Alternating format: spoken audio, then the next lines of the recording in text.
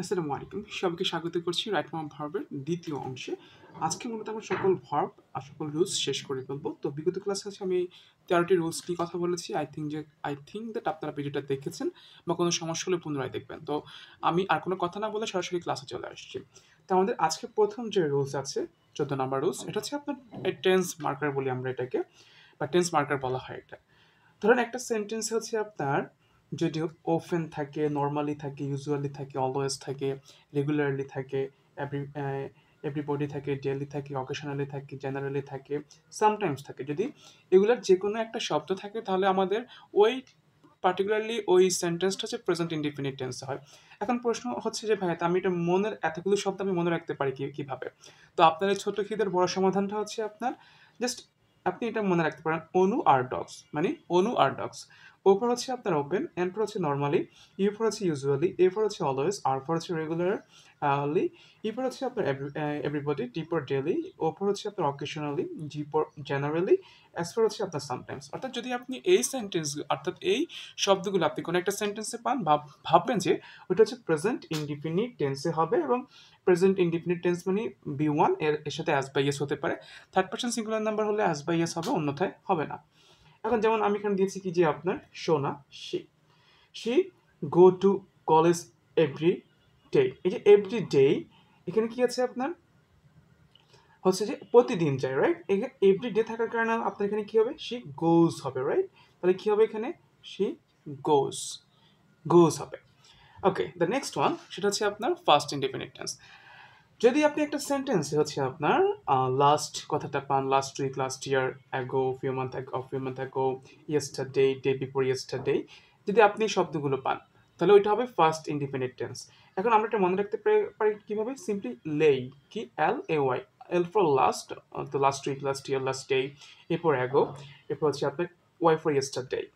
তাহলে আপনার দেখেন, তাহলে আপনার ওইটা হবে ফার্স্ট ইনডিফিনিট টেন্স আপনার হবে। লাইক এখানে আছে আপনার I go there yesterday, so যেহেতু ইয়েস্টারডে আছে তাহলে কি হবে এখানে, গো না হয়ে কি হবে এখানে, ওয়েন্ট হবে, right? I think all of you got the point. অর্থাৎ অনু আর ডগস হলে হবে প্রেজেন্ট ইনডিফিনিট, লেই হলে হবে হচ্ছে first indefinite. The next one, the most important one, একটা ঠিক আগের মতোই যদি একটা সেন্টেন্স হচ্ছে আপনি যদি হচ্ছে এটা হচ্ছে যদি যদি জাস্ট নাও, লেটলি, রিসেন্টলি, মানে হচ্ছে সম্প্রতি, lately, recently, never, ever, yet. দেখেন আমি কিন্তু এটা আপনাকে সিরিয়ালি লিখে দিয়েছি, just now, lately, recently, never, ever, yet থাকলে হচ্ছে কি হবে, টেন্সটা প্রেজেন্ট পারফেক্ট টেন্স, অর্থাৎ have has plus V three হবে। তাহলে হচ্ছে আপনার এখানে কি হতে পারে, আমি এখানে হচ্ছে যে উদাহরণ দিই নিচে, আই নেভার গো দেয়ার হবে নাকি হ্যাভ গন দেয়ার হবে, অবশ্যই হ্যাভ গন হবে। উদাহরণ দিতে ভুলে গেছি, সরি ফর দ্যাট, কোনো সমস্যা নেই। আমরা যখন প্র্যাকটিসটা করব হচ্ছে যে প্যাসেজ থেকে বা মূল বই থেকে, তখন আমরা আরো ক্লিয়ার হয়ে যাবো বিষয়গুলো। ওকে, দ্য নেক্সট ওয়ান হচ্ছে আপনার একটি সেন্টেন্সে যদি আপনার now, at this moment, at this present still থাকে তাহলে হচ্ছে এটা আপনার প্রেজেন্ট কন্টিনিউয়াস টেন্স হবে। আমরা জানি প্রেজেন্ট কন্টিনিউয়াস টেন্স মানে হচ্ছে অ্যাম, ইজ আর ভার্ব প্লাস আইএনজি। লাইক এখানে আছে হচ্ছে আপনার আই ওয়েট দেয়ার নাও, তো যেহেতু আপনার এখানে নাও আছে তাহলে কি হবে, আম ওয়েটিং হবে। কি হবে, আম ওয়েটিং। কেন, প্রেজেন্ট আপনার কন্টিনিউয়াস। যদি উই হতো উই আর ওয়েটিং, দে হলে দে আর ওয়েটিং, হি হলে হি ইজ ওয়েটিং হতো।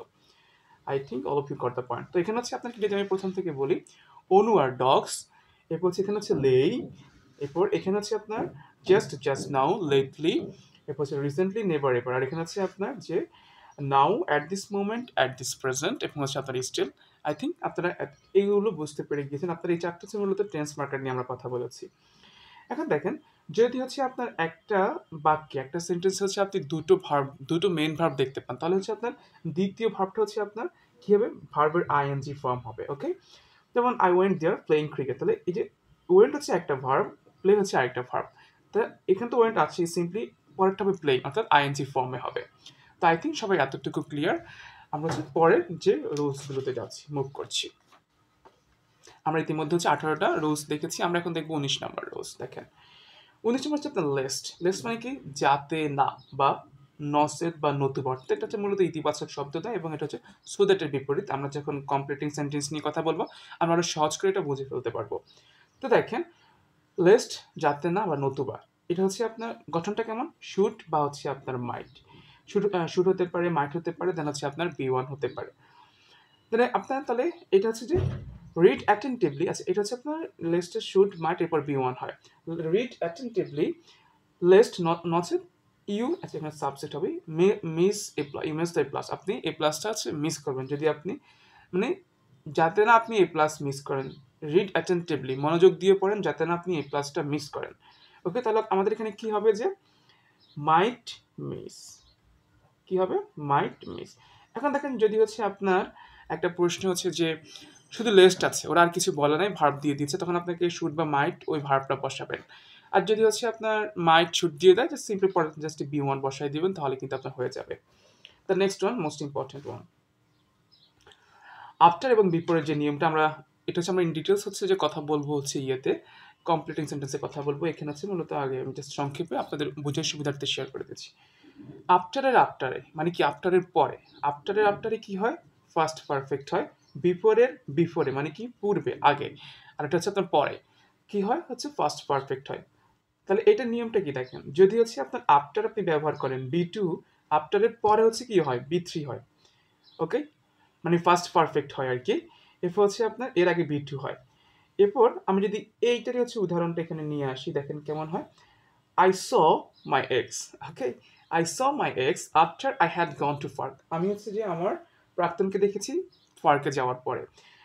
তাহলে কি দেখেন আফটারের পরে কিন্তু আপনার ফার্স্ট পারফেক্ট হয়েছে, রাইট? এর পূর্বে আপনি কি হয়েছে স, এই যে আপনার বি টু হয়েছে কিন্তু। I think you got the point. The next one is, দেখেন এটা হচ্ছে আপনার হ্যাড প্লাস বি থ্রি মানে ফার্স্ট পারফেক্ট, বিফোরের কিন্তু বিফোরে হচ্ছে আপনার কি হবে ফার্স্ট পারফেক্ট হবে, এরপর হচ্ছে বি টু হবে। তাহলে দেখেন এবার এটার উদাহরণ দেখেন এখানে যে we had arrived the station, আমরা হচ্ছে যে স্টেশনে পৌঁছেছি বিফোর দ্য ট্রেন লেফট, ট্রেনটি ছাড়ার পূর্বে মানে আগে। তাহলে দেখেন বিপরে কিন্তু হচ্ছে ফার্স্ট পারফেক্ট হয়েছে, পরে বি টু হয়েছে। আফটারে মানে পরে কিন্তু হচ্ছে আপনার ফার্স্ট পারফেক্ট হয়েছে, এর পূর্বে আপনার বি টু হয়েছে। I think all of you got the point. পরের রুলসটা খুবই গুরুত্বপূর্ণ, আই থিঙ্ক আপনারা প্রত্যেকে মনোযোগ দিয়ে শুনছেন এবং দেখছেন। কোনো প্রশ্ন থাকলে অবশ্যই আমাকে কমেন্ট বক্সে জানাবেন। ওয়েল, দেখেন যদি ব্র্যাকেটে আপনি একটা হচ্ছে যে রাইট ফর্ম ভার্ব করছেন একটা সেন্টেন্সে, আপনার ব্র্যাকেটে মূলত আমাদের এগুলো ব্র্যাকেটেই থাকে, লেখা আছে নট এবং একটা এরপর একটা মেইন ভার্ব দেওয়া আছে not write, not play, not go. যদি এরকম থাকে আমাদের টেন্স অনুযায়ী don't, doesn't, didn't plus V one দিতে হবে। যদি একটা হচ্ছে আপনার বক্সের মধ্যে নট প্লাস বি ওয়ান থাকে মানে মেইন ভার্ব থাকে, এরপর টেন্স অনুযায়ী আপনাকে ডোন্ট, ডাজেন্ট, ডিডেন্ট দিতে হবে। লাইক আমাদের যদি আপনি এখানে দেখতে পাচ্ছেন I not write a letter yesterday, তাহলে এখানে যেহেতু নট রাইট আছে তাহলে আমরা কি দেবো এখানে আই আই তাহলে ইয়েস্টারডে, তাহলে কি হবে আমাদের এখানে গতকাল, অতীত বুঝিয়েছে তাহলে কি হবে ডিডেন্ট। ওকে, এই যে নট রাইট এটা হচ্ছে আপনার অতীতে আছে, টেন্স অনুযায়ী আমাদের তাহলে কি হবে ডিডেন্ট। যদি হচ্ছে আমাদের এটা বর্তমান থাকতো তাহলে কি হতো ডোন্ট, আর থার্ড পার্সন সিঙ্গুলার নাম্বার হলে অ্যাজ বাই এস হতো। ওকে, এই রুলসটা খুবই গুরুত্বপূর্ণ, আই থিঙ্ক প্রত্যেকে মনোযোগ দিয়ে দেখবেন, অত্যন্ত কি বলে মনোযোগ দিয়ে দেখবেন, খুবই কেয়ারফুলি দেখবেন। প্যাসিভ ভয়েসে অক্সিলারি ভার্বের পরে অলওয়েজ বি থ্রি হয়, আমরা এটা জানি যে প্যাসিভ ভয়েসে মূলত হচ্ছে যে সবসময় বি থ্রি হয়। এখন প্যাসিভ ভয়েসটা আমরা বুঝবো কিভাবে দেখেন। ওকে, এখন আমি যদি বলি যে the Chinese built Padma bridge, কি চাইনিজরা হচ্ছে যে পদ্মা সেতু তৈরি করেছে, পদ্মা সেতু কে তৈরি করেছে চাইনিজরা কিন্তু। ওকে, তাহলে দেখেন এখানে যে কাজটা করে সে ডিরেক্টলি উল্লেখ থাকে, ওইটা হচ্ছে আপনার অ্যাক্টিভ ভয়েস, ওইখানে কোনো প্যারা নেই। বাট তাহলে প্যাসিভ ভয়েস কোনটা দেখেন, প্যাসিভ ভয়েসে প্রথমে আপনার বস্তুবাচক থাকবে। বস্তুবাচক মানে কি chair, table, building, bridge, mobile phone, বস্তুবাচক সাবজেক্ট থাকবে এখানে। ওকে, এখানে কোনো ব্যক্তিবাচক সাবজেক্ট প্রথমে থাকবে না। I repeat the line, passive ভয়েসে অবশ্যই বস্তুবাচক সাবজেক্ট থাকবে, ব্যক্তিবাচক সাবজেক্ট থাকবে না। এরপর যে কাজটা করে সে সরাসরি উল্লেখ থাকে না এখানে। লাইক আমি বললাম যে আপনার যে পদ্মা ব্রিজ ওয়াজ বিল্ট। ওকে, এখন পদ্মা সেতু কি নিজে নিজে তৈরি হতে পারে? সে কিন্তু নিজে কিন্তু তৈরি হতে পারে না, ঠিক আছে? যে কাজটা করেছে সে কিন্তু এখানে নেই। এবং পদ্মা ব্রিজ এটা বস্তু প্রথমে আছে, যে কাজটা করে সেখানে ডিরেক্টলি উল্লেখ নাই, তাহলে কিন্তু এটা প্যাসিভ ভয়েস হবে। আর প্যাসিভ ভয়েসে কিন্তু আমাদের কি হয় অলওয়েজ আমাদের অক্সিলারির পরে বি থ্রি হয়। লাইক মাই হোমওয়ার্ক, হোমওয়ার্ক কিন্তু আপনার বস্তু, ঠিক আছে? তাহলে কি হবে ইনস্টান্ট।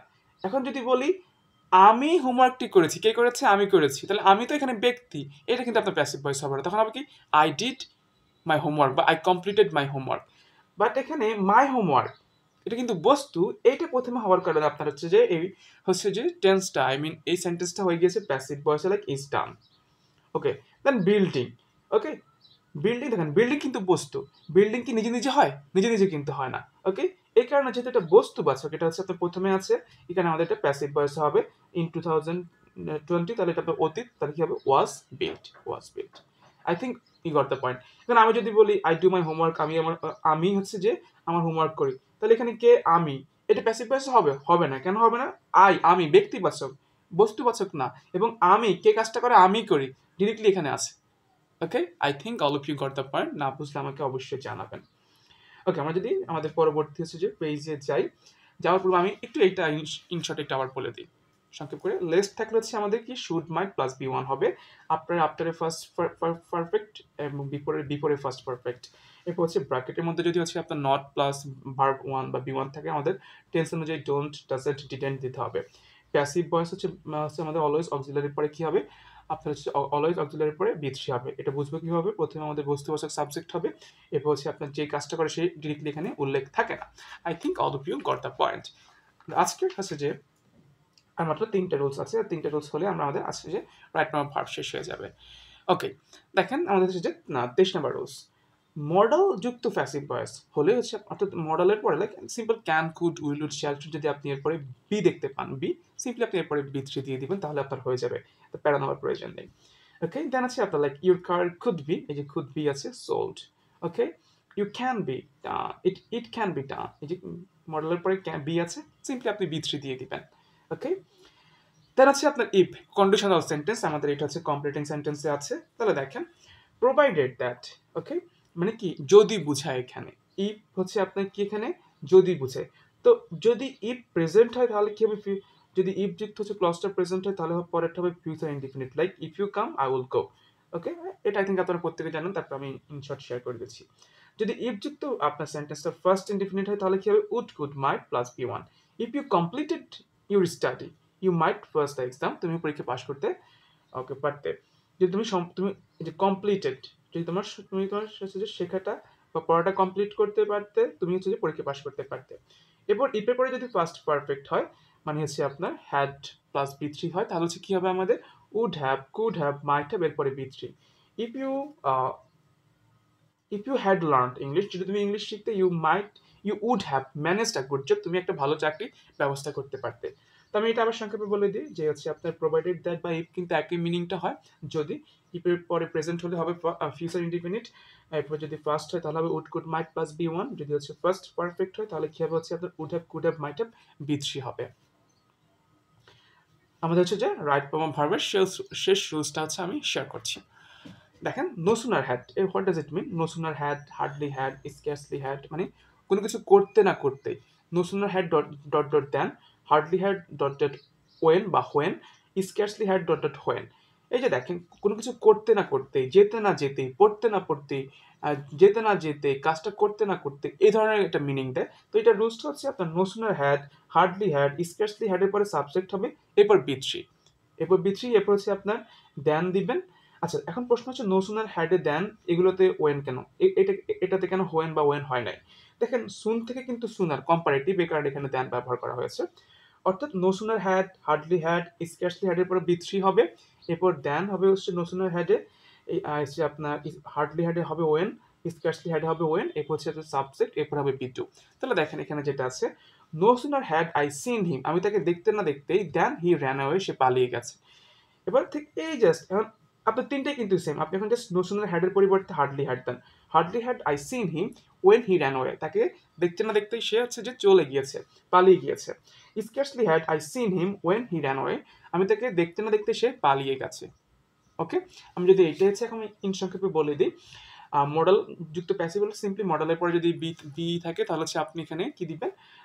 বি থ্রি দিবেন। এরপর হচ্ছে ইফের যদি প্রেজেন্ট হয় ফিউচার ইনডিফিনিট, ফার্স্ট হলে would, could, might, B one, আর ফার্স্ট পারফেক্ট হলে would have, could have, might have, B three হবে।